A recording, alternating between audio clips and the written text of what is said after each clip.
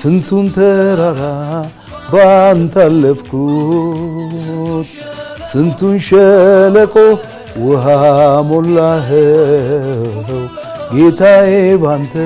ሁሉ ሆነልኝ ክብር ምስጋና ላንተ ድረስ የማይታለፍ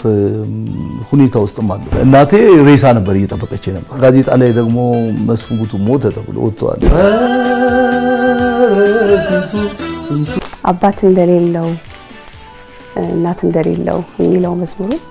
18 ዓመት ሙሉ መዝሙሩ አልወጣም እኔ ግን ወዲህ አግብቻታለሁ ማለት ነው በማበል በወጀብ ውስጥ መንገድ አለው ተሻገር ያለው ሂድለፍ ያለው ጌታ ታማኝ ነው